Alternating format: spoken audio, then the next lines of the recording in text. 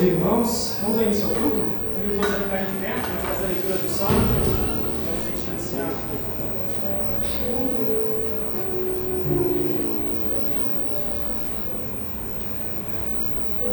Salmos número 36. A gente pode acompanhar na projeção também. Salmos 36 que diz o seguinte: há no coração do ímpio a voz da transgressão. Não há temor de Deus nos seus olhos. Porque a transgressão lisonjeia a seus olhos, e lhe diz que a sua iniquidade não há de ser descoberta, nem detestável. As palavras de sua boca são malícia e dolo. Abjurou o discernimento e a prática do bem. No seu leito maquina a perversidade, detém-se em caminho que não é bom. Não se desapega do mal. A tua benignidade, Senhor, chega até aos céus, até as nuvens a tua fidelidade. A tua justiça é como as montanhas de Deus, os teus juízos como um abismo profundo. Tu, Senhor, preservas os homens e os animais. Como é preciosa, ó Deus, a tua benignidade.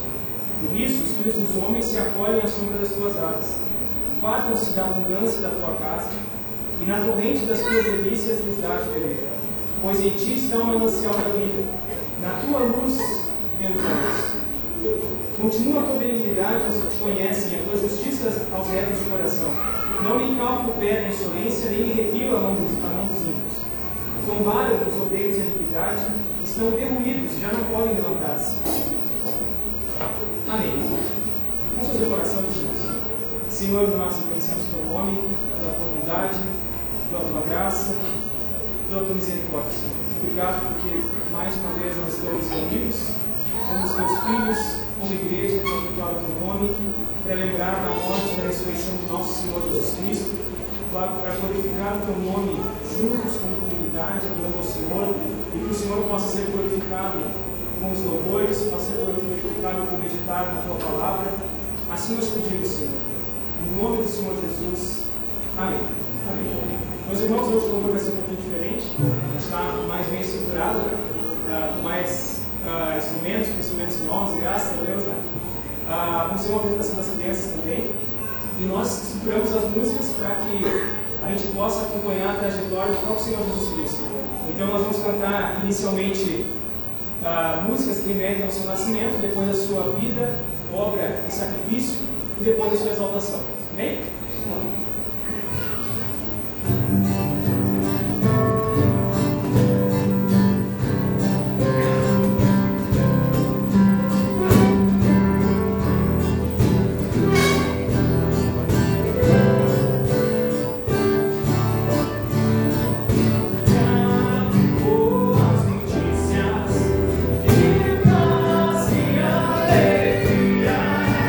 Nos nasceu Salvador.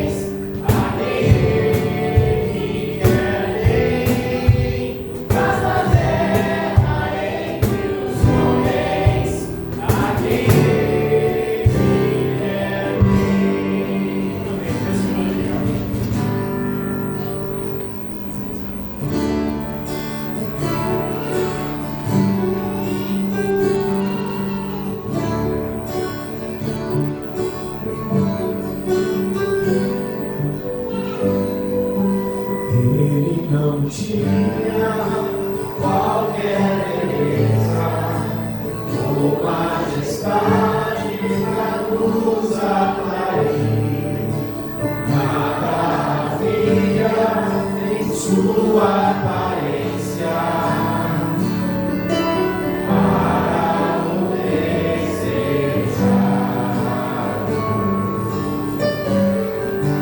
Mas rejeitado entre os homens, ainda assim carregou nossas dores. O seu castigo nos amar, e a esperança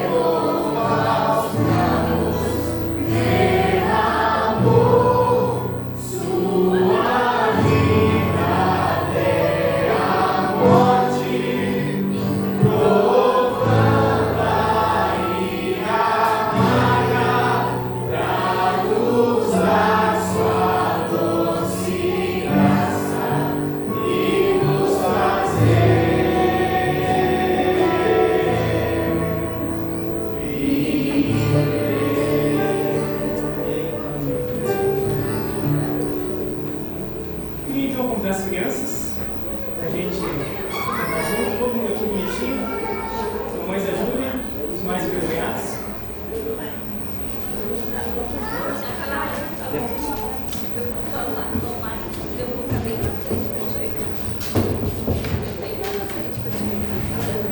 Aqui, ó.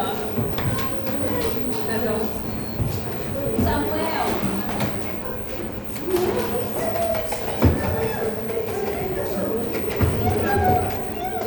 Vamos lá cantar com as crianças. Vamos lá cantar com as crianças. Vamos lá, Chiro. Chiro. Ai, meu Deus, tem até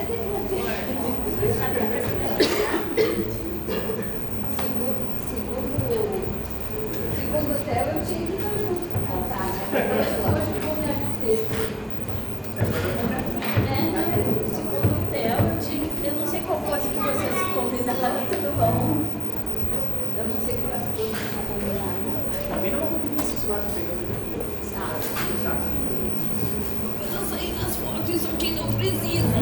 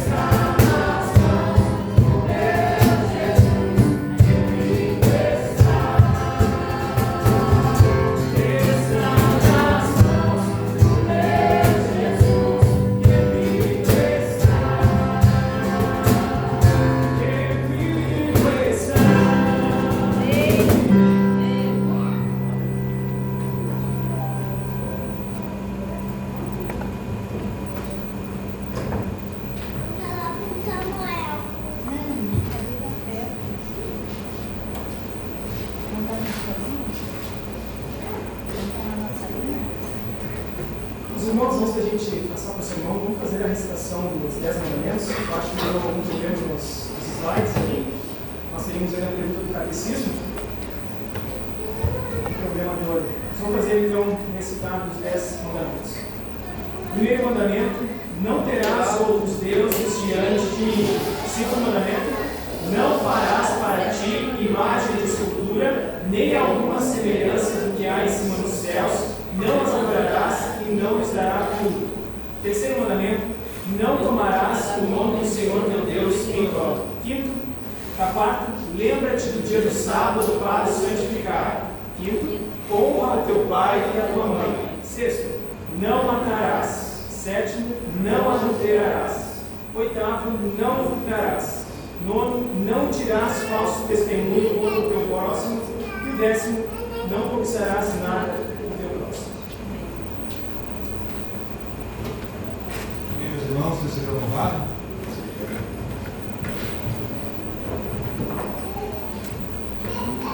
Hoje nós daremos continuação na série de sermões em Romanos. Também vou ter que achar aqui. Romanos capítulo 1. Do versículo 18 até o 32. Romanos capítulo 1, do versículo 18 até o 32. Os irmãos podem ir procurando. Acho que vamos conseguir colocar a projeção também.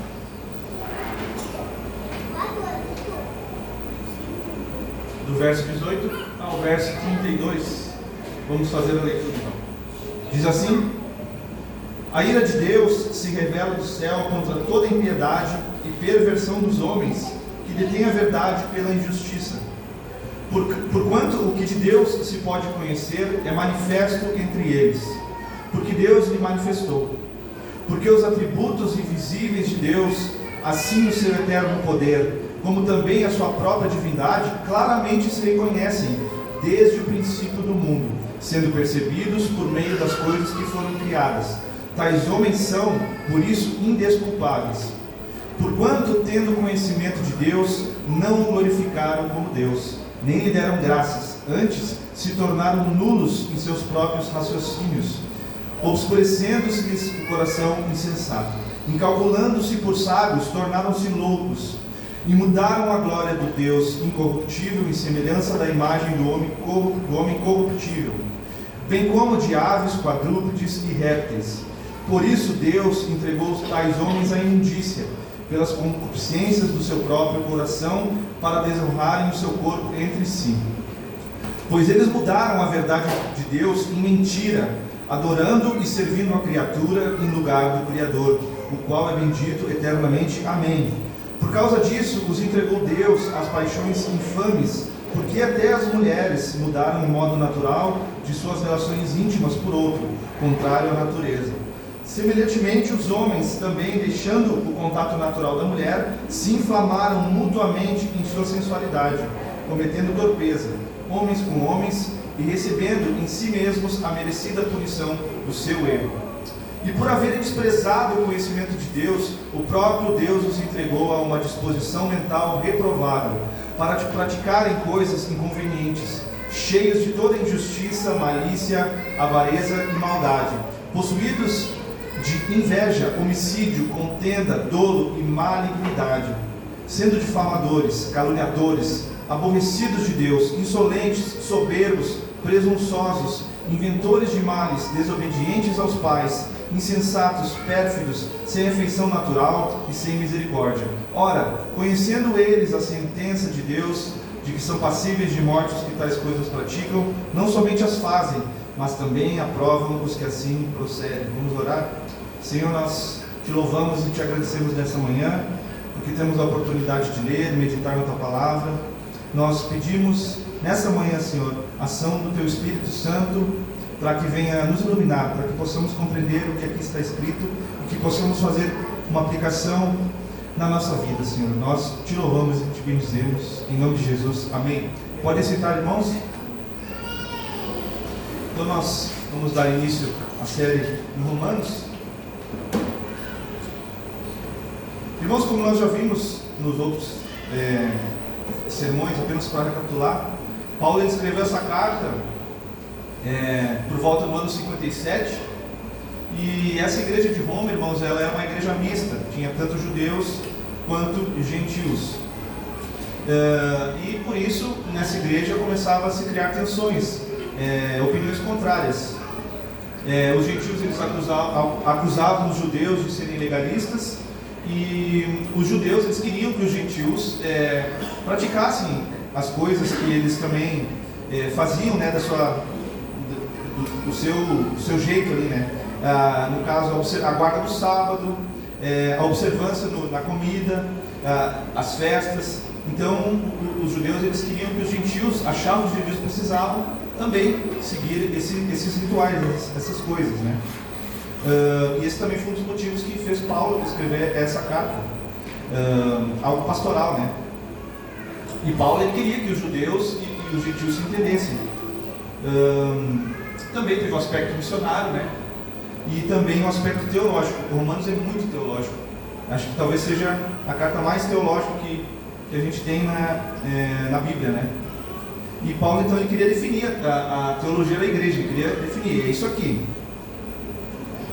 Então no último domingo, apenas trazendo aqui, no último domingo nós vimos o verso 16 e 17, onde Paulo ele fala que o Evangelho ele é o poder de Deus e que o Evangelho é a única coisa que pode salvar o homem, porque Deus nele está a perfeita justiça e é recebido somente por fé do começo ao fim.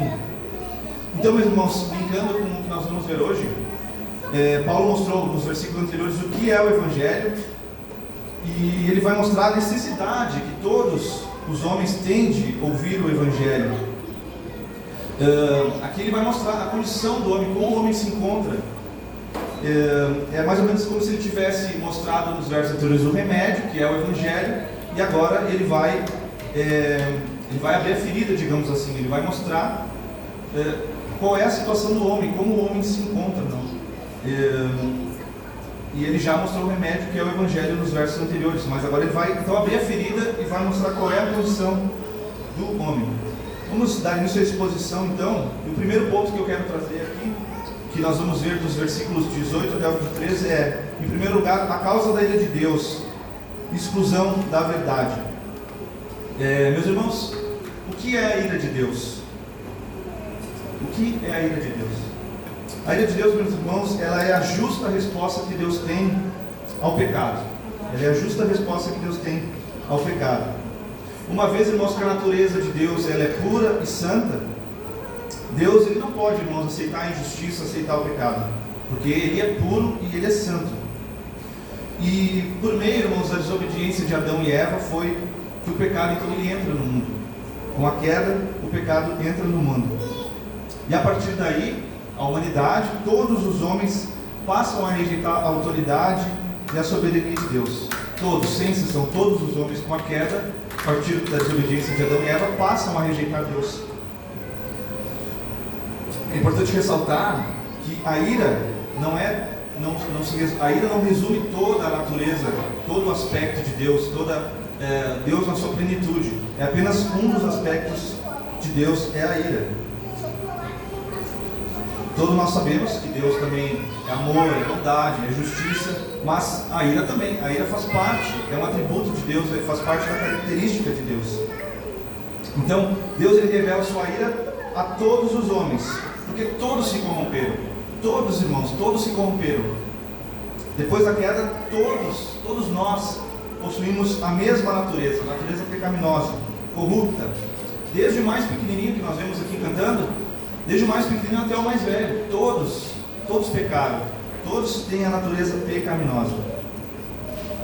E agora, ao decorrer do sermão, a gente vai ver até onde essa corrupção ela pode chegar, e quais são os efeitos, e qual é a ação de Deus com isso. Então é isso, meus irmãos, a ira de Deus ela é a resposta que Deus tem ao pecado, porque Ele, com a sua natureza santa e perfeita, Ele não pode aceitar o pecado. Ele não pode aceitar o pecado. E todos nós pecamos, todos nós temos a nossa natureza pecaminosa. No versículo 19,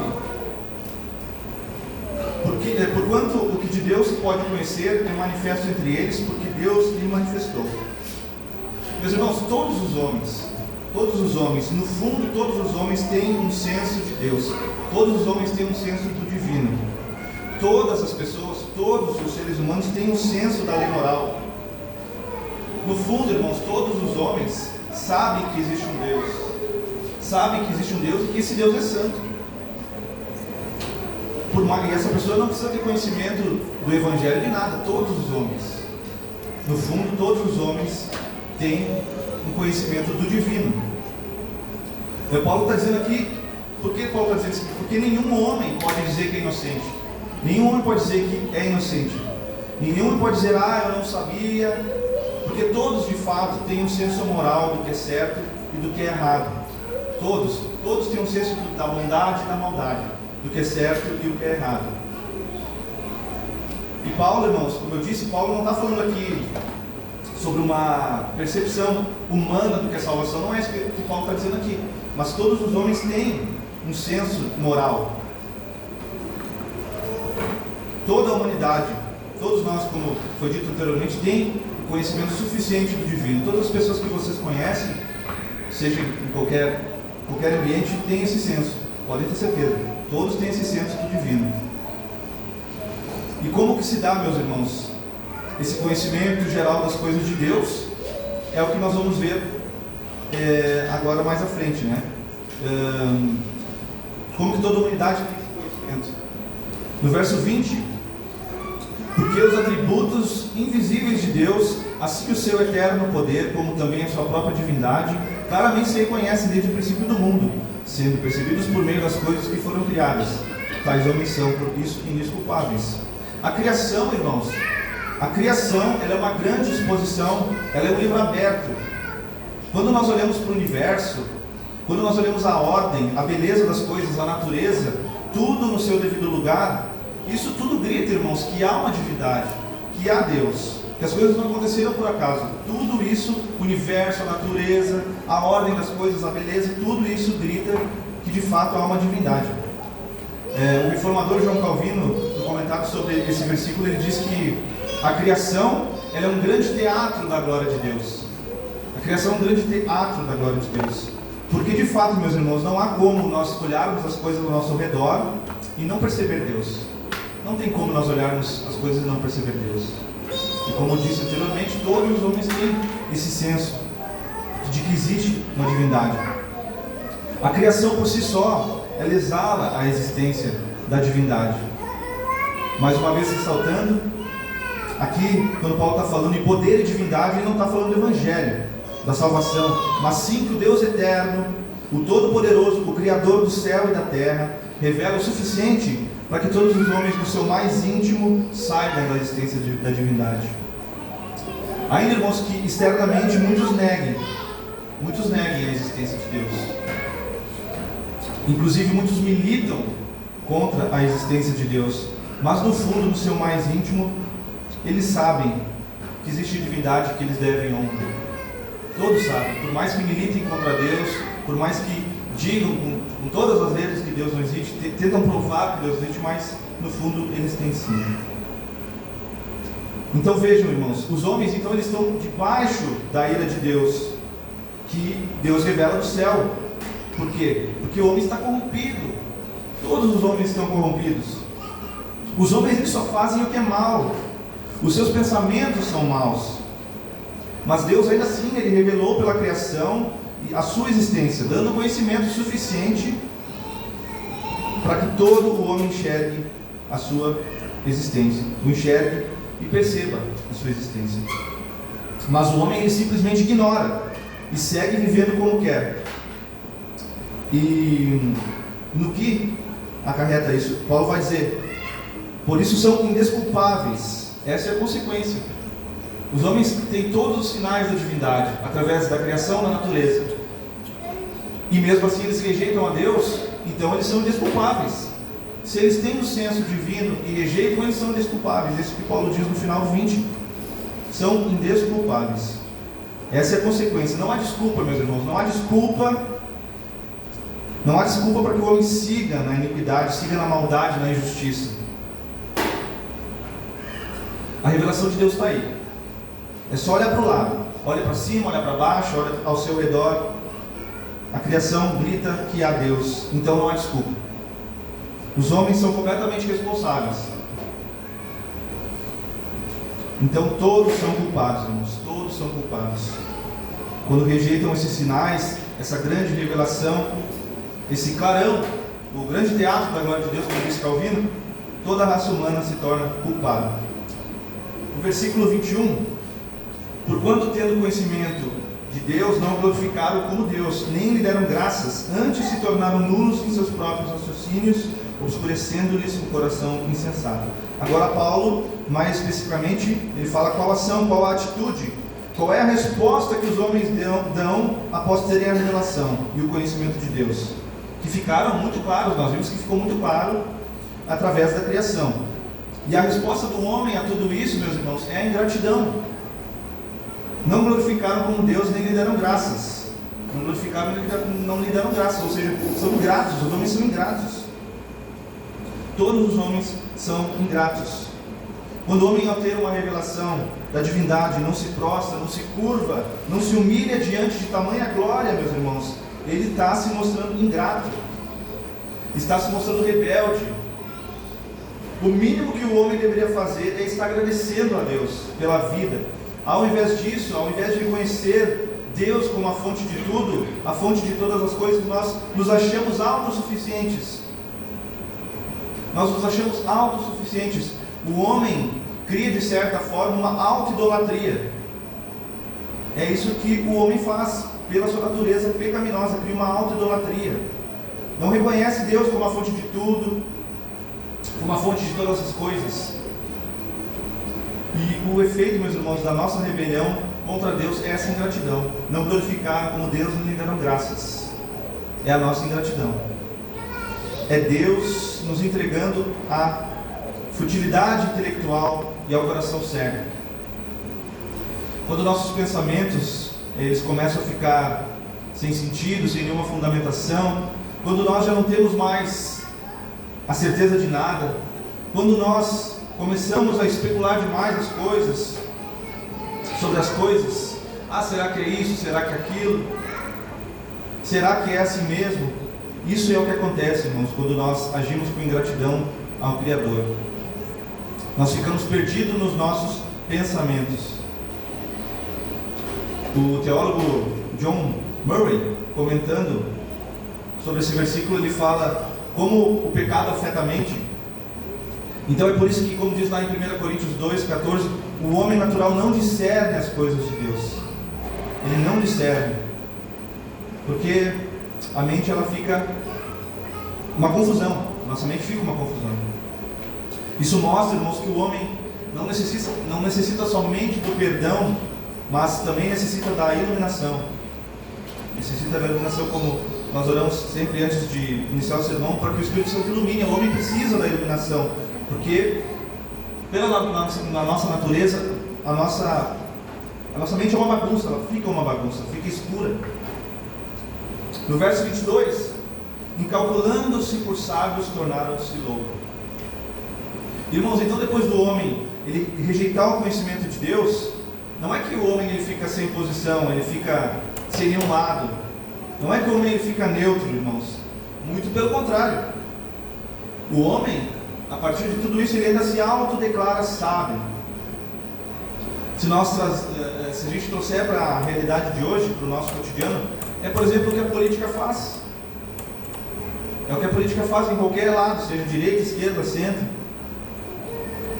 Os governantes, os políticos, de modo geral, eles fazem promessas do tipo: nós faremos a melhor lei para isso, nós temos a solução definitiva para isso ou para aquilo, ou então ainda nós vamos derrotar, acabar com o mal, e quando eles falam mal é o outro lado.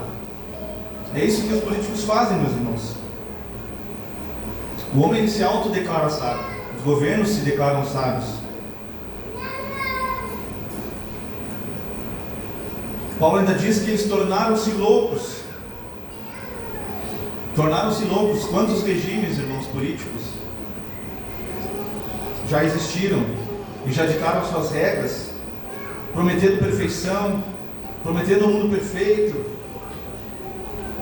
um mundo onde tudo funciona perfeitamente. É uma utopia, não é?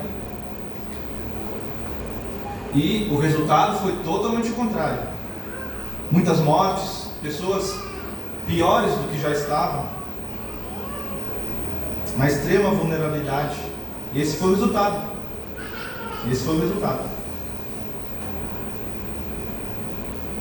Ainda nós vemos, irmãos, por aí, pessoas falando coisas como: meu corpo, minhas regras, eu sou o dono do meu destino, eu vivo como eu quiser. Tornaram-se loucos, irmãos. As pessoas tornaram-se loucos, como disse Paulo. Tomaram lado, não ficaram neutros, tomaram lado, se declarando sábios. Pessoas caçando like na internet, escravos de redes sociais, escravas dos mais variados vícios da internet. Tudo isso é loucura, como diz Paulo. Tudo isso é loucura. Se deixando influenciar por gurus, por ditos sábios, acabam ficando loucos. Todos os pensamentos, irmãos, que nós podemos ter, que não partam das coisas de Deus, acaba virando loucura.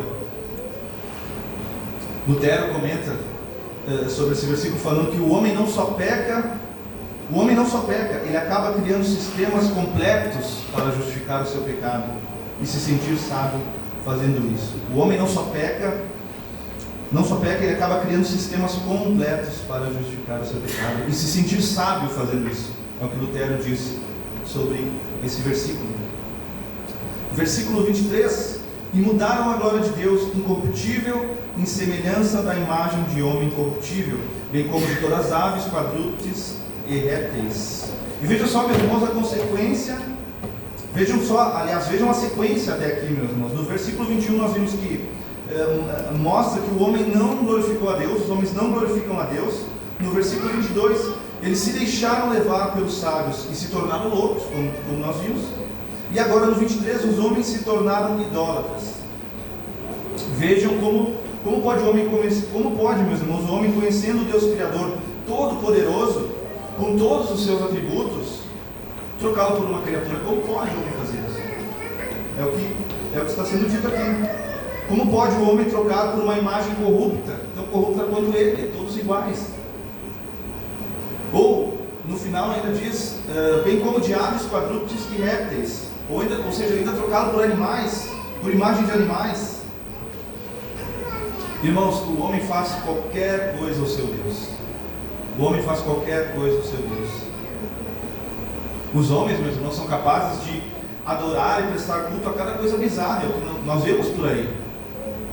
Só nós procurarmos. A gente vai ver que o homem adora cada coisa bizarra. Não tem outra palavra, é bizarro. E o pecado aqui, meus irmãos, não é somente o adorar essa outra coisa, mas sim, quando os homens fazem isso, eles estão rebaixando o lugar de Deus, o lugar de Deus verdadeiro. Os homens, eles rebaixam o lugar de Deus. Quando a gente coloca qualquer coisa no lugar dele, nós estamos ofendendo a majestade de Deus. É isso que acontece. Nós não somente idolatramos, não somente colocamos no lugar, quando nós rebaixamos, quando nós prestamos culto a outra coisa. Nós estamos ofendendo a majestade de Deus, nós estamos ofendendo a sua glória. E aí Paulo vai dizer no final que até mesmo aves, quadrúpedes e répteis o homem passou a fazer o seu Deus. E talvez é o hinduísmo, se eu não estiver enganado, né? A religião hinduísta, que os deuses deles, eu não sei se é só animais que são os deuses, mas eu sei que eu pesquisei mais de 10 animais. As pessoas dessa religião, eles idolatram que tem como seu Deus. Desde vaca até, sei lá, o que, rato. Tem aqueles vídeos onde vocês vê o templo dos ratos lá, andando por tudo. E para eles tu não pode fazer nada para os ratos. Não pode chutar, não pode matar, não pode nem botar um veneno para matar, não pode nada. Porque são deuses, são sagrados. A vaca também, né? Não comem nada de carne de... não podem comer a carne do bovina por causa disso. Porque são deuses. Veja como fecha completamente com o que Paulo está dizendo. Aves, quadrúpedes e répteis. Deve existir outros, eu não sou um conhecedor de religiões, muitas religiões, mas eu sei da Índia, o hinduísmo, tem animais. Mas vejam que coisa absurda, irmãos. Isso é bizarro, é absurdo. E eles, quando fazem isso, não só colocaram no lugar de Deus, mas rebaixaram a Deus e ofenderam a sua glória e a sua majestade. Isso é uma religião oficial, né? Isso é loucura, meus irmãos. O segundo ponto, que agora nós vamos ver, do versículo 24 ao 27, é a consequência. O Deus os entregou. Versículo 24 diz assim: por isso Deus entregou tais homens à imundícia pelas concupiscências do seu próprio coração, para desonrarem o seu corpo entre si. Agora no 24, irmãos, depois do homem ter feito absolutamente tudo contrário à vontade de Deus, Deus ele entra com o seu juízo. E João Calvino, o reformador, mais uma vez ele comenta sobre esse verso, dizendo que Deus remove então as contenções da graça comum. Deus remove as contenções da graça comum. É Deus basicamente, irmãos, dizendo: vocês querem viver sem mim? Então vivam. Mas vamos ver onde isso vai chegar. Quando Deus remove as contenções da graça comum, isso acontece. Vocês querem viver sem mim? Então vivam. E vamos ver onde isso vai chegar. É Deus, irmãos, nos deixando como nós queremos. Deus nos deixa como a gente quer. E esse, meus irmãos, podem ter certeza, esse é o pior castigo que Deus pode exercer sobre nós. Esse é o pior castigo que Deus pode exercer sobre nós. Quando Deus retira a sua mão e Ele nos entrega ao nosso próprio pecado.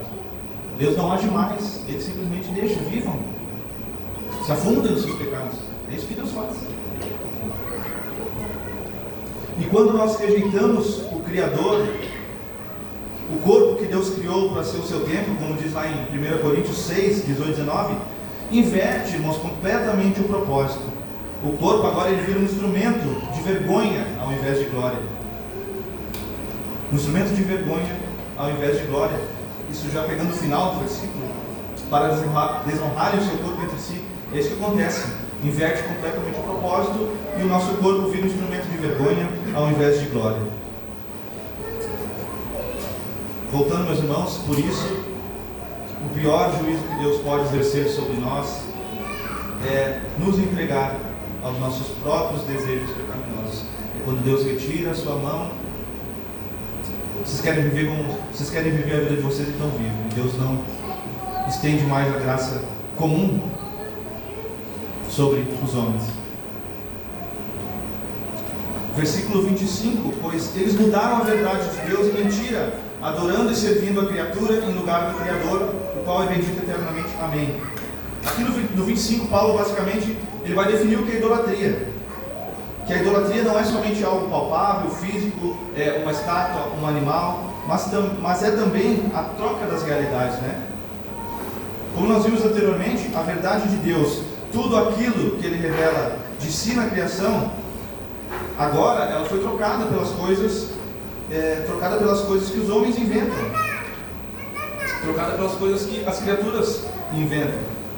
Todos os sistemas humanos, irmãos, que se colocam, ou que tentam se colocar como Deus, e isso não é de forma inocente, como nós vimos anteriormente, todos são indesculpáveis, por isso somos indesculpáveis, porque os homens eles olharam para a verdade e para a mentira e escolheram ficar com a mentira. Então não é de forma inocente. Acho que há umas 2 semanas atrás, talvez a maioria dos irmãos aqui viram, saiu na mídia, o presidente dos Estados Unidos, Donald Trump, aliás o Papa Leão, criticou ou não concordou com as atitudes do presidente americano em relação ao Irã e à Venezuela. O Papa Leão criticou então o Trump, né, pelas atitudes dele, pelas decisões que ele tomou, e logo após, obviamente que não foi o próprio Trump, mas a equipe ali, postou uma foto de inteligência artificial, como se o Trump fosse, talvez Jesus, curando uma pessoa e ali mostrando como se o Trump fosse Jesus, replicando a crítica do Papa Leão, né? Isso é o que nós estamos vendo aqui, irmãos. Literalmente, alguns governantes tentam se colocar no lugar de Deus.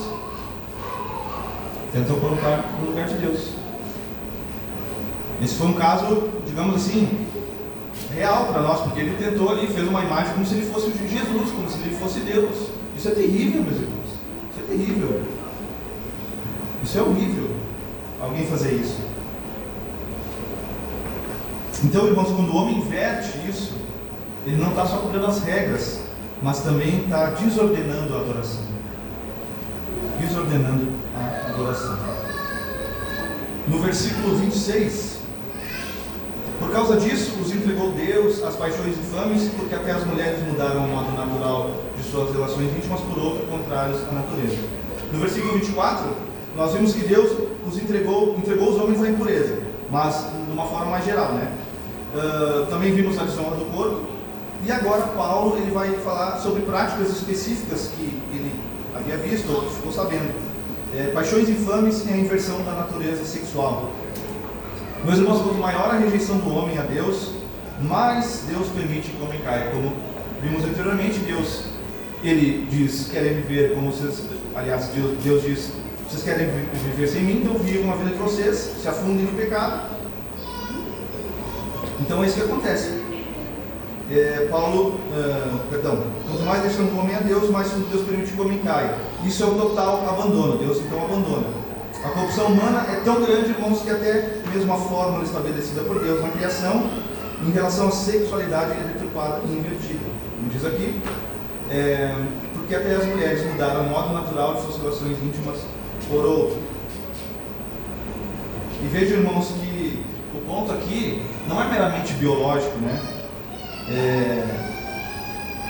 Muito, por exemplo, do que se critica hoje no meio político, do que se fala sobre homossexualidade, etc., geralmente entram apenas por um lado biológico, mas isso muda a natureza quanto ao que Deus ordenou sobre a família, né?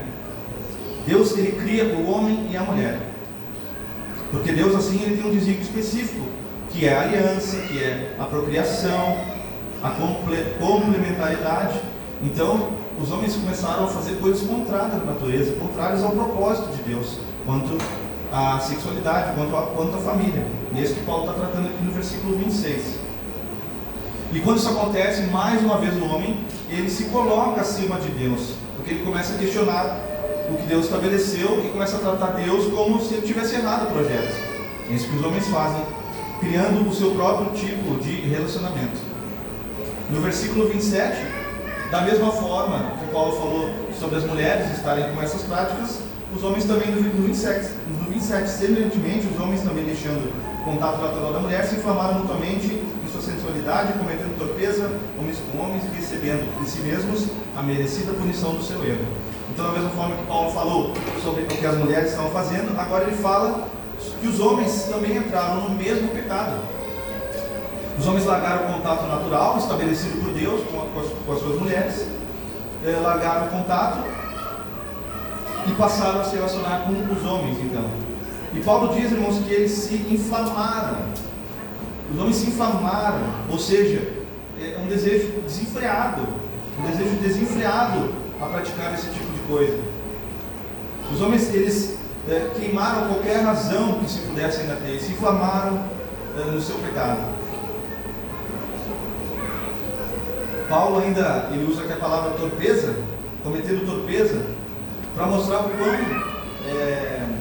ele usou de forma proposital, para mostrar o quão ofensiva é essa prática, tendo em vista a forma como Deus criou a relação homem e mulher.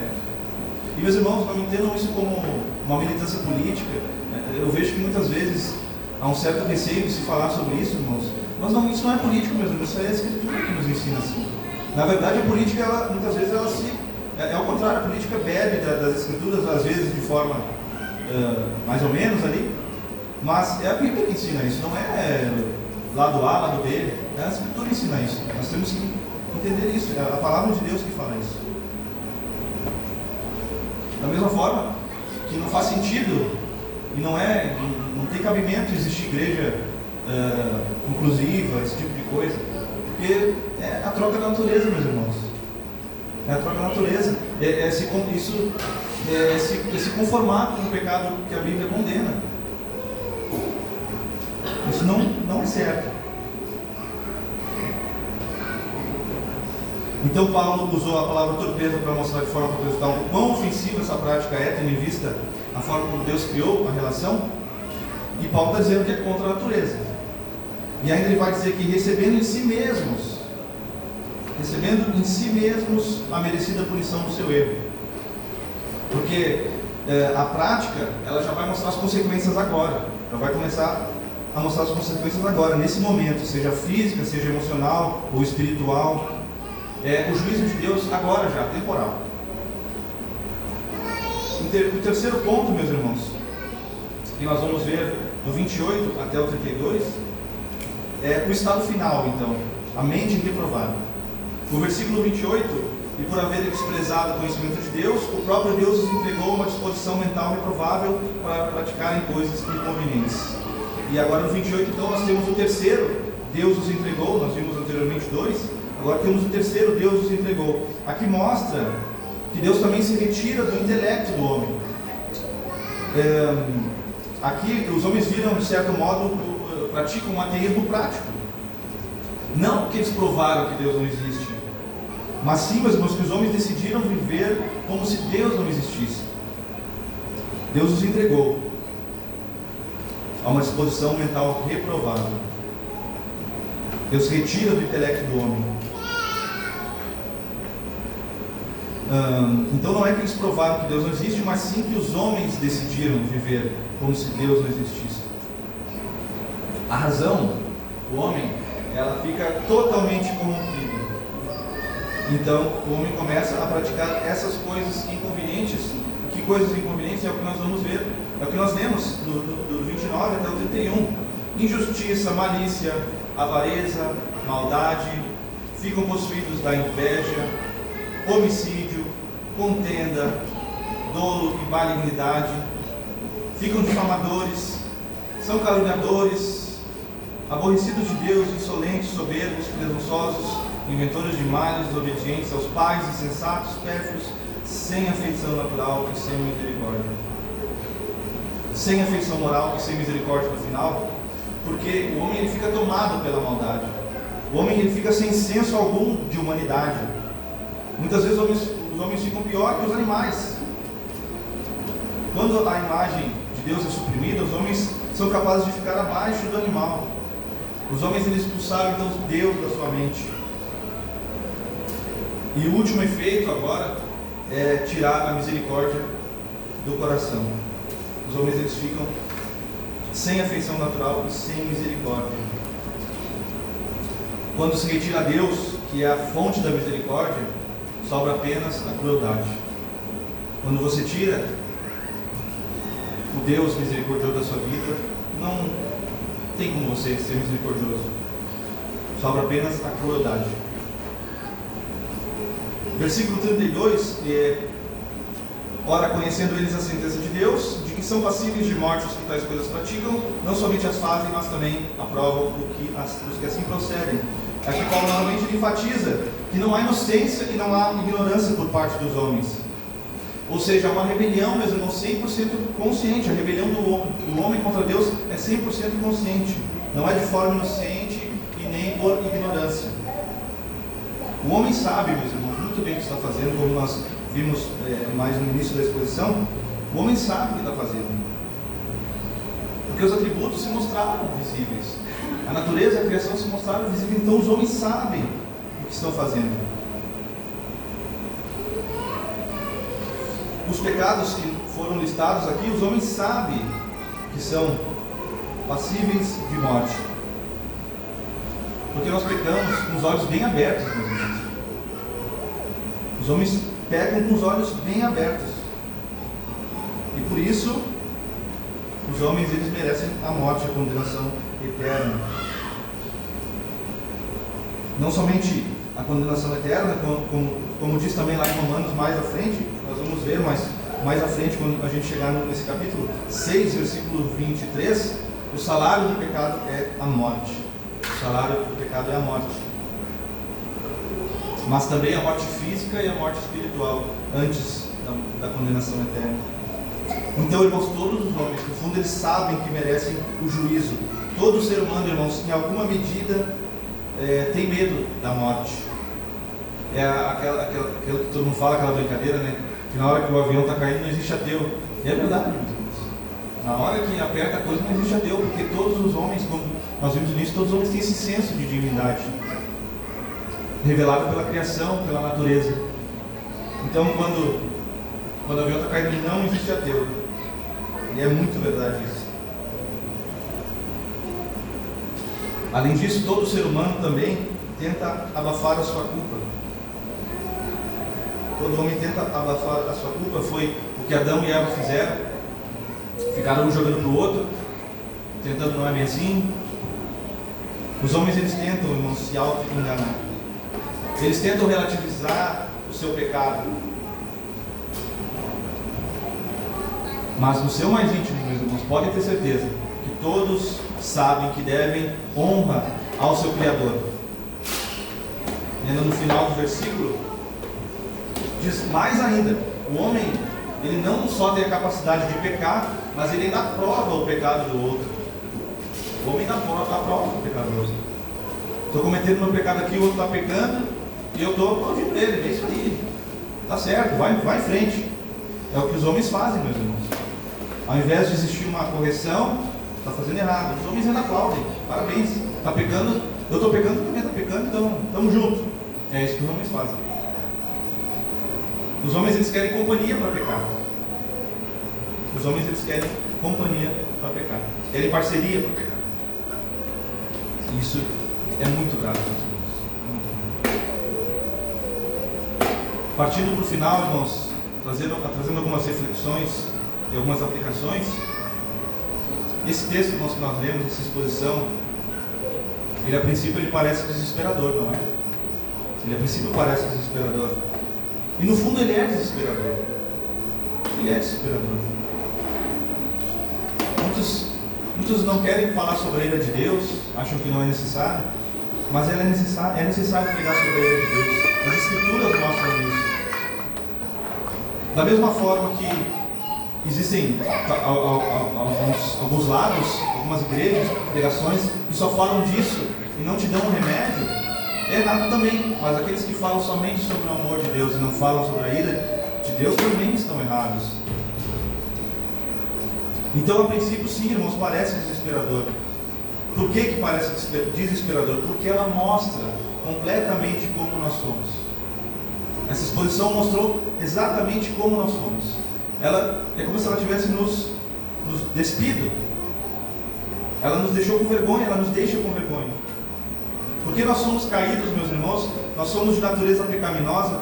Nós vimos que naturalmente nós recusamos o Criador, não por ignorância, não por inocência, mas nós recusamos porque nós não queremos, porque nós nos achamos, como vimos, autossuficientes, nós nos auto-idolatramos. Então nós naturalmente recusamos o Criador, mesmo Ele tendo mostrado na criação, na natureza, com tudo Ele nos mostrou que Ele existe, nós, o homem, recusa, nós recusamos. Como também colocamos coisas no lugar de Deus, como nós fazemos ídolos. João Calvino diz também, mais uma citação do reformador, ele diz: o coração do homem é uma fábrica de ídolos. É ídolo a todo momento, não é uma coisa, é outra. É assim que o homem é, meus irmãos. Nós passamos de repente a achar que governo, político, algum tipo de guru, algum coach, é a solução para a nossa vida. É uma fábrica de ídolos. Uma fábrica de ídolos. Isso não quer dizer que nós não possamos ter lado político. Eu tenho o meu, vocês têm o de vocês. Faz parte da cidadania, enfim, nós votarmos da melhor forma, etc. Mas não é isso, meus irmãos. As pessoas têm transformado esse tipo de coisa em ídolo no seu coração, achando que isso é a solução, confundindo tal ideologia política com a palavra de Deus, com o Evangelho. Uma coisa, outra coisa, outra coisa. Por mais que se pareçam, e muitas vezes é intencional os lados fazerem isso, para se parecerem com o Evangelho, mas não são. E o homem só idolatra, o homem cria ídolos, uma fábrica de ídolos, como diz Calvino. Como diz Paulo também, os homens se tornam loucos, meus irmãos. Nós começamos a achar que sabemos o que é melhor para nós. Nós pecamos e achamos que temos razão. Ainda achamos que temos razão. Mas a pergunta que fica, meus irmãos, com tudo isso que nós vimos é: será que tudo está perdido? Será que tudo está perdido, meus irmãos? Essa palavra mostrou a nossa realidade, mostrou como nós somos. E E a resposta que eu tenho para vocês, e que a Escritura dá, é que se dependesse de mim e de você, sim, estaria tudo perdido. Não haveria solução. Em Efésios capítulo 2, 1 e 3 diz que nós estávamos mortos em nossos pecados e delitos. Diz ainda mais, mortos em nossos pecados e delitos. O morto, como todos nós sabemos, não faz nada, não consegue fazer nada, não se levanta, não consegue tomar nenhuma decisão, não consegue fazer nada. Ou seja, o que eu quero dizer com isso? Que por nós mesmos nós não conseguiríamos. Mas a boa notícia é alguém chamado Jesus Cristo. Jesus Cristo, o Filho de Deus. Esse sim, esse não tinha pecado, Cordeiro imaculado. Esse que bebeu do cálice da ira de Deus, substituindo nós, substituindo os pecadores, malfeitores. Jesus Cristo naquela cruz sofreu os mais terríveis sofrimentos para cumprir a vontade do seu Pai. E ali, meus irmãos, essa ira que nós vimos hoje aqui nessa exposição, a ira de Deus caiu sobre o nosso Deus, caiu sobre Jesus Cristo, Filho de Deus. A ira de Deus foi satisfeita em Jesus Cristo. Em Jesus Cristo. Mas a cruz ela não mudou Deus, porque Deus é imutável. A ira, meus irmãos, ela continua sendo um atributo de Deus, da sua santidade contra o pecado. Mas com a morte substitutiva de Cristo, agora, meus irmãos, a nossa posição, aqueles que confessaram Cristo como Senhor e Salvador, acredito que todos aqui confessaram já receberam o batismo, aqueles que se arrependeram dos seus pecados, e logo mais nós participaremos da ceia, e antes faremos uma confissão dos nossos pecados para que nós nos arrependamos e recebamos a absolvição de Deus. Todos nós, meus irmãos, todos nós pecamos, mas em Cristo nós recebemos a justificação diante de Deus. Pelos méritos de Cristo somos justificados. Mas agora que nós vimos que nem tudo foi perdido, mas que por Cristo nós somos justificados, ainda a ira de Deus se manifesta, meus irmãos, mas de forma disciplinar, como um pai que corrige um filho. Nós não estamos mais condenados, que fique claro isso. Nós somos justificados por Cristo, por Jesus Cristo. Spurgeon, o grande pregador Spurgeon, comenta para nós que já fomos justificados por Cristo: quando peca, Deus não pega a espada do carrasco, mas pega a vara do Pai para disciplinar. A ira de Deus ainda vem sobre os seus filhos para disciplina, meus irmãos. Deus ainda pode nos entregar as nossas paixões ou coisas por tempo limitado, para nos disciplinar e para que nós vejamos que nós precisamos nos recolocar no caminho de Deus. Mas hoje nós não estamos mais condenados.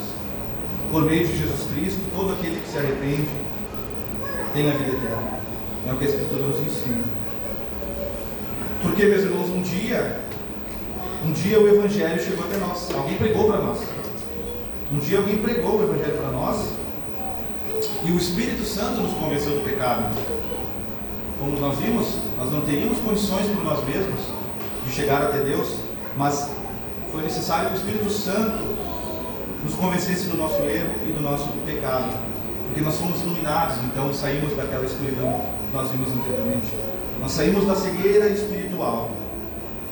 Nós reconhecendo então a nossa condição de imundícia, como nós vimos anteriormente, então nós respondemos ao chamado do Senhor, porque o Espírito Santo nos convenceu, então nós respondemos ao chamado de Deus. A boa notícia, irmãos, é que há esperança. Como eu disse, a ira judicial do Senhor permanece sobre aqueles que ainda não se arrependeram, e isso deve nos incentivar a pregar o Evangelho. aqueles que nós conhecemos. Porque esses que não conhecem ainda estão debaixo dessa ira que nós vimos hoje, porque esses não conheceram. Isso também é um chamado, meus irmãos, a nós pregarmos. Pregarmos, porque há pessoas debaixo da ira de Deus que estão indo para o inferno. Nós devemos pregar a palavra para elas, porque elas estão debaixo da ira de Deus. Elas ainda não foram justificadas como nós. Mas há refúgio na cruz. É isso que nós devemos pregar. Você está numa situação bem ruim, meu camarada. Essa é a pregação do Evangelho. Mas há refúgio na cruz. Somente na cruz de Cristo. Há refúgio, meus irmãos, quando não se crê que sozinho vai conseguir alguma coisa. Entende que sozinho não é possível. Mas sim quando crê no Filho de Deus, morto e ressuscitado. E nos seus méritos da cruz. Para nós, o que fica hoje? Aplicação. Vocês já foram justificados? Nós já fomos justificados. O que nós podemos fazer hoje, em resposta ao que Deus fez por nós, é seguir buscando a santidade. Como nós lemos anteriormente, os 10 mandamentos que citamos, os 10 mandamentos são a perfeita vontade de Deus para nossas vidas. Como lemos mais anteriormente, o Natan recitou, toda a igreja recitou, porque nos 10 mandamentos está explícito qual é a vontade de Deus para os seus filhos. E por amor de Deus, como resposta ao que Ele fez por nós, nós devemos buscar a santidade. É isso que o Senhor nos pede hoje, meus irmãos. É isso que o Senhor nos pede hoje. Busquem a santidade. Vocês estavam numa situação horrível. E eu enviei meu Filho Jesus Cristo para morrer em favor dos seus. Então, é isso. Nós devemos nos santificar. Como eu disse, para finalizar, nossa missão como cristãos é pregar aos outros. Pregar que sim, existe a ira de Deus, mas existe um refúgio na cruz, somente na cruz. Não há outro modo de se salvar da ira de Deus a não ser na cruz, se refugiando na cruz. Que Deus seja louvado, meus amigos, porque Ele nos livrou da condenação eterna. Jesus Cristo bebeu do cálice da ira de Deus. Na sua morte substitutiva, Ele se entregou por nós. Amém? Amém, meus irmãos? Glória a Deus. Vamos fazer mais uma oração. Senhor Deus, nós te louvamos e te engrandecemos nessa manhã, porque nós lemos na tua palavra, Senhor. Nós reconhecemos, Pai, porque o teu Espírito Santo nos convenceu dos nossos pecados. Nós respondemos que nós cremos em Ti e que nós cremos em Jesus Cristo, que morreu na cruz e ressuscitou pelos meus pecados. Nós te louvamos, Senhor, por tão tamanha graça. Por nós, sozinho nós não conseguiríamos. Sozinho nós não conseguiríamos, Senhor. Mas somente através de Jesus Cristo. Eu te peço que o Senhor nos fortaleça também, fortaleça a tua igreja, para que possamos falar disso para aqueles que não conhecem o Evangelho. Que nós possamos apresentar que Deus sim está irado, mas que também há refúgio na cruz de Cristo. Nem tudo está perdido, mas há refúgio pelo teu Filho Jesus, pela morte do teu Filho Jesus. Muito obrigado, Senhor. Tu és o único digno de ser louvado e adorado. Em nome de Jesus Cristo oramos. Amém.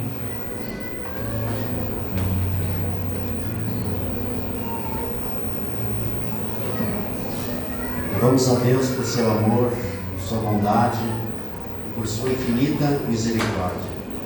Meus irmãos, nós ouvimos o sermão e o que nós precisamos fazer é praticar a palavra de Deus em nossa vida, fugindo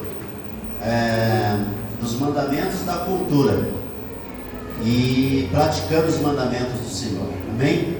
Vamos ficar de pé, meus irmãos, e nós vamos cear. É um momento de glória, né? Que todo domingo nós participamos, experimentamos, que é a mesa do Senhor. Mas antes de participarmos da mesa do Senhor, eu quero convidar as famílias, os pais convidam seus filhos também para esse momento, para termos um momento de arrependimento, de confissão dos nossos pecados. Nós teremos alguns instantes de uma oração silenciosa, onde nós vamos apresentar nossos pecados ao Senhor, nominalmente, confessando e nos apropriando do benefício da cruz, que é a justificação, que é o perdão dos nossos pecados. A palavra do Senhor nos diz: se confessarmos os nossos pecados, Ele é fiel e justo para nos perdoar os pecados e nos purificar de toda injustiça. Se dissermos que não temos cometido pecado, fazemos-lo mentiroso e a sua palavra não está em nós. Filhinhos, essas coisas vos escrevo para que não pequeis. Se todavia alguém pecar, temos advogado junto ao Pai, Jesus Cristo, o justo. Vamos ter então o nosso momento de oração silenciosa, nosso momento de arrependimento, de confissão de nossos pecados.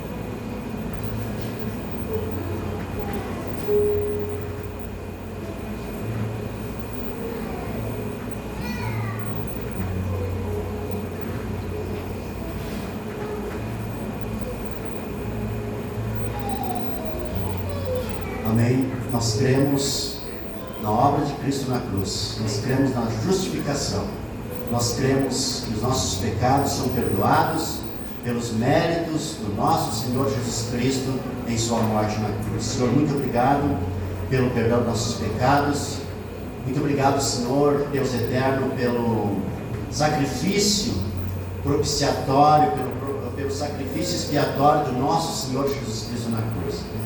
Por isso nós cremos que os nossos pecados são perdoados por meio dos méritos de Cristo na cruz. Amém. Amém. Meus irmãos, vamos participar da ceia do Senhor. Eu quero convidar a todos para participar da ceia. Como eu sempre digo, a nossa igreja é uma igreja que confessa os credos antigos, que confessa o credo de Nicéia, onde declara que nós somos uma só igreja, nós temos uma só igreja, a igreja una, santa, católica e apostólica. Católica não do catolicismo, mas da catolicidade, a igreja de todos os santos, de todos os tempos e de todos os lugares. Então todos os cristãos são cristãos, uns que praticam, como o nosso pregador falou, mais, outros com menos entendimento, mas convidamos a todos então a participar da ceia do Senhor, inclusive as crianças, porque o nosso culto é um culto da família. Nós cremos que a família é o meio da manifestação da aliança divina, A aliança divina, ela é realizada por meio da família, e a família é convidada cada domingo aqui na nossa igreja a cultuar ao Senhor. Por isso, meus irmãos, a palavra do Senhor nos diz que o Senhor Jesus, na noite que foi traído, tomou o pão e, tendo dado graças, o partiu e disse: este é o meu corpo, que é dado por vós, façam isto em memória de mim. De semelhante modo, depois de cear, tomou o cálice, dizendo: este cálice é a nova aliança do meu sangue, façam isto em memória de mim. Porque todas as vezes que comeres o pão ou beberes o cálice, anunciais a morte do Senhor até que Ele venha. Senhor Deus eterno, nós te damos graças pelo pão e te pedimos a tua bênção para o cálice, Senhor, que vamos beber nessa manhã. Pão que nos identifica com a morte, o corpo do Senhor Jesus Cristo, que foi ferido na cruz, que foi partido na cruz. O sangue onde A morte do Senhor se manifestou com o seu sangue derramado, e este sangue é que nos purifica. A morte do Senhor e o seu sacrifício na cruz é que nos traz a justificação, pois na cruz o Filho de Deus, pagou os pecados dos seus filhos, daqueles que são salvos, daqueles que se aproximam de Deus, daqueles a quem o Pai chama. Por isso nós cremos que nós somos justificados pela fé e pela fé somente. Fé no Filho de Deus que nos amou e a si mesmo se entregou por nós. Nós vamos participar do pão e do cálice. E ao participarmos do pão e do cálice, nós nos apropriamos de todos os benefícios. Nós fazemos parte da morte do Senhor Jesus Cristo, da nova aliança que foi estabelecida pela morte do Senhor. Amém. Quero convidar a todos então para vir à frente, com a família, pegar o pão, pegar o cálice, voltar para o seu lugar. Nós vamos comer e beber juntos depois. Amém. Todos podem ir.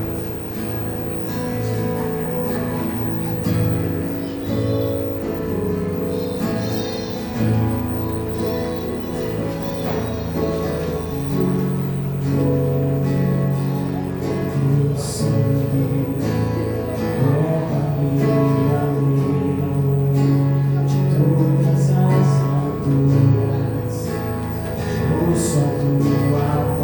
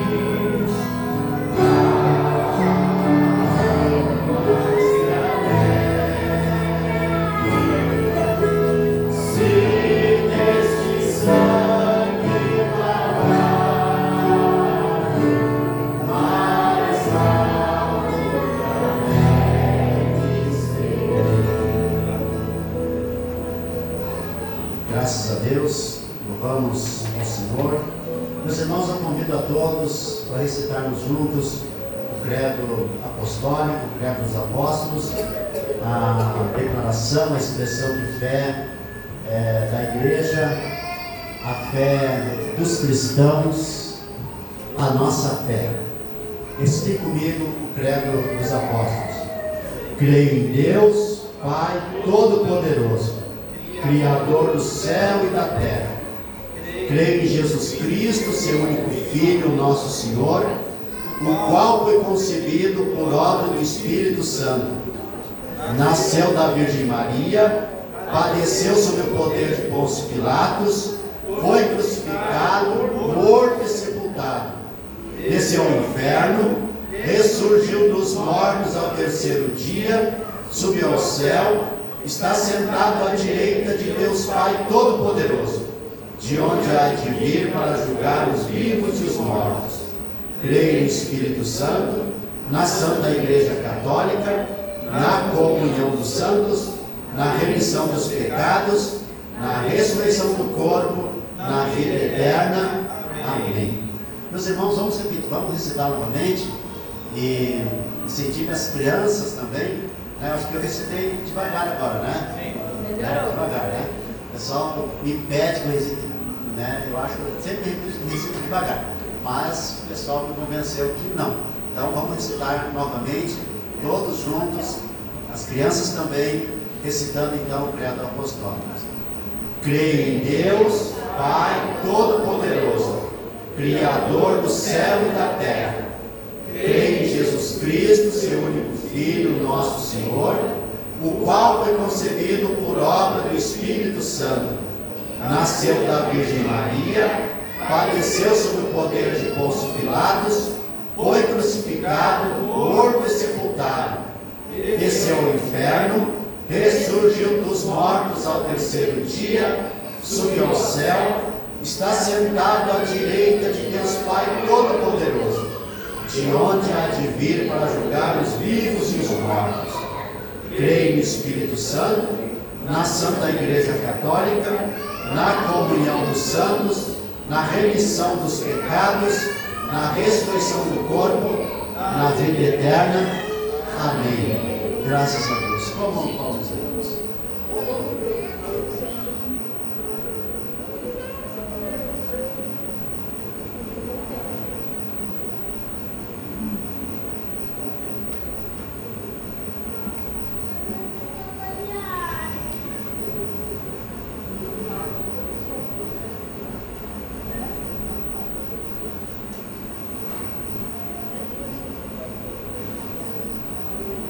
Deus seja louvado, bendito seja o nome do Senhor. Em nome de Jesus, meus irmãos, bebam paz.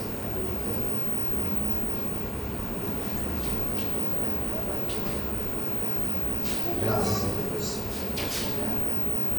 Olhe comigo a oração do Senhor, o Pai Nosso. Pai nosso que estás nos céus, santificado seja o teu nome. Venha o teu reino. Faça-se a tua vontade, assim na terra como no céu. O pão nosso de cada dia dá-nos hoje, e perdoa-nos as nossas dívidas, assim como nós temos perdoado aos nossos devedores. E não nos deixes cair em tentação, mas livra-nos do mal. Pois teu é o reino, o poder e a glória para sempre. Amém. Senhor Deus eterno, nós te louvamos, te agradecemos por participarmos da ceia do Senhor, te agradecemos pelas famílias aqui reunidas, te agradecemos pela manifestação da tua glória entre nós, te agradecemos, Senhor, pelo efeito da palavra em nós por meio do Espírito Santo. Nós louvamos o Senhor. Amém. Amém. Antes de a gente encerrar, meus irmãos, eu quero ter o nosso momento de intercessão. Ore pela Cat, né? Ela fez uma cirurgia e está se recuperando, né? Então a Cat e o João, né? E o Caleb, né? O filho Caleb, que sempre estão aqui conosco, eles nesse domingo não estão. Então ore pela Cat, que ela fez uma cirurgia e está em recuperação. Sexta-feira ela teve uma complicação, mas já está tudo bem, graças a Deus. Também ore sempre pelo nosso irmão Giovanni, Orem pela Sandra também, nossas irmãs não podem, Giovanni não pode mais estar aqui com a gente devido à saúde dele, né, que se debilitou demais. E então orem sempre por eles, tá bom? Deus abençoe vocês, ore pelo Lucas, que a gente tem intercedido também, né, que está lá no grupo da WhatsApp da capela, né? A gente tem intercedido pelo Lucas, pela família, e orem sempre, tá? E orem uns pelos outros, orem por provisões, tá? Isso, orem também pela mãe da Vá, cadê a Vá? Está lá, a Vá, a Heloísa, que também foi diagnosticada, né, com uma enfermidade bem grave. Colocamos a Heloísa então em oração sempre. Então nossa missão é orar todos os dias pela Heloísa, certo? E a Bíblia diz: orem uns pelos outros. É um mandamento, né, de reciprocidade, um mandamento cristão, mandamento bíblico, a oração uns pelos outros. Vamos orar. Senhor Deus eterno, nós te louvamos, nós te bendizemos, nós te glorificamos. Exaltamos o teu nome. Tu és o nosso Deus, o Deus Criador dos céus e da terra, Deus Pai de nosso Senhor Jesus Cristo. E é em nome do nosso Senhor Jesus Cristo, nosso Salvador, Filho de Deus, o Deus Filho, que nós oramos. E suplicamos também ao Espírito Santo, que está conosco, que abençoe, ó Deus eterno, os nossos irmãos a quem apresentamos aqui em intercessão, para que o Senhor estenda a sua mão sobre eles, para que a tua boa mão seja sobre eles, e que em tua doce misericórdia, em tua doce providência, Senhor, eles sejam abençoados de acordo com a tua soberania, de acordo com o teu poder, de acordo, Senhor, com o teu beneplácito, que é a tua vontade graciosa. Oramos, Senhor, por cada um deles, em nome do nosso Senhor Jesus Cristo. E agora também, Senhor, te pedimos uma semana abençoada para cada um de nós, para cada família. Abençoa os maiores, os menores. Abençoa, Senhor, os mais velhos, os mais novos. Abençoa nossas crianças. Abençoa os bebês. Abençoa as famílias. Ó Deus eterno, abençoa os casais. Que em cada casa nessa semana haja paz, saúde e todas as provisões necessárias. Que a tua boa mão seja sobre nós. Livra-nos do mal. Livra-nos do maligno. E que o teu nome seja glorificado. Nós oramos em nome do nosso Senhor Jesus Cristo. Amém. Amém. A graça do Senhor Jesus Cristo, o amor de Deus e a comunhão do Espírito Santo seja com todos nós. Amém.